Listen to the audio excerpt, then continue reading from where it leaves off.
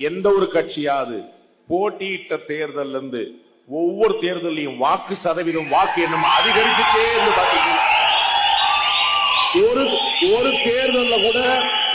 ஒரு தேர்தல்ல கூட எண்ணிக்கை குறையாமல் கூடிக்கொண்டே அதிகரித்ததில்ல. கேளுங்க, அதிகரித்ததில்ல. அந்த கட்சியில ஊடக வெளிச்சம் உள்ளவர் ராஜீவ்காந்தி திமுகவுக்கு இடம்பெயர்ந்தார். அந்த கட்சியின் நிகரற்ற பேச்சாளர் கல்யாண சுந்தரம் அண்ணா திமுகவிற்கு இடம்பெயர்ந்தார். அந்த கட்சியில இருந்த சரி விடுங்க, நாஞ்சில் சம்பத்தே இடம்பெயர்ந்தார். அந்த கட்சியில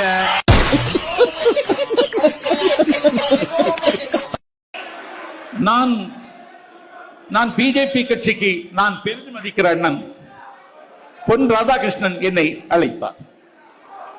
உன்னை முதலமைச்சர் வேட்பாளர் ஆக்குகிறோம் என்று அழைத்தார். ஆமா ஆமா, லாபம் பார்ப்பவனாக இருந்தால் ஒரு சேஃப் அண்ட் செக்யூரிட்டியை நான் விரும்பி இருந்தால் பிஜேபிக்கு போயிருப்பேன். இல்லனே, எனக்கு என்ன ஆதங்கம் அண்ணன் பொன் ராதாகிருஷ்ணனுக்கு தெரிஞ்சிருக்கு சிஎம் கேண்டிடேட் யாருன்னு, திரு விஜய் ஏன் தெரியல?